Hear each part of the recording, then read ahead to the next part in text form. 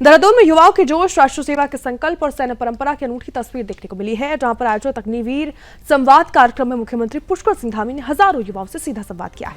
इस दौरान अग्निवीरों के भविष्य, पुनर्वास और रोजगार से जुड़े महत्वपूर्ण विषयों पर विस्तार से चर्चा हुई है।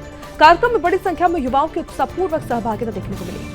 वहीं मुख्यमंत्री पुष्कर सिंह धामी ने कहा है कि उत्तराखंड वीरों की भूमि है। यहाँ सैनिकों, पूर्व सैनिकों और उनके परिवारों का सम्मान सरकार की सर्वोच्च प्राथमिकताओं में शामिल है। उन्होंने कहा कि राष्ट्र की सेवा करने वाले युवाओं का भविष्य सुरक्षित करना सरकार की जिम्मेदारी है। इसके साथ ही मुख्यमंत्री ने कहा कि राज्य सरकार ने अग्निवीरों के भविष्य को ध्यान में रखते हुए सरकारी सेवाओं के 10% क्षैतिज आरक्षण देने का ऐतिहासिक फैसला लिया है। उन्होंने कहा कि इस व्यवस्था का उद्देश्य राष्ट्र सेवा पूरी करने के बाद अग्निवीरों को सम्मानजनक रोजगार के अवसर जो है वो उपलब्ध कराना है, ताकि उनके प्रशिक्षण, अनुशासन और अनुभव का लाभ प्रदेश के विभिन्न क्षेत्रों में लोगों को मिल सके। वहीं मुख्यमंत्री ने कहा कि राज्य सरकार केवल रोजगार तक सीमित नहीं है, बल्कि अग्निवीरों के कौशल और क्षमता प्रभावी उपयोग सुनिश्चित करने के लिए भी लगातार काम करे। सरकार चाहती है कि सैन्य प्रशिक्षण प्राप्त युवा प्रशासन, सुरक्षा, आपदा प्रबंधन और अन्य क्षेत्रों में अपनी महत्वपूर्ण भूमिका निभाए।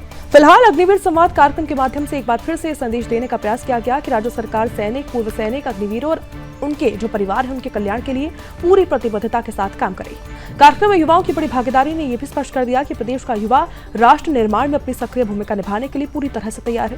देहरादून में आयोजित संवाद कार्यक्रम उत्तराखंड की सैन्य परंपरा को और ज्यादा मजबूत करने और युवाओं के उज्जवल भविष्य की दिशा में एक महत्वपूर्ण पहल माना जा रहा है।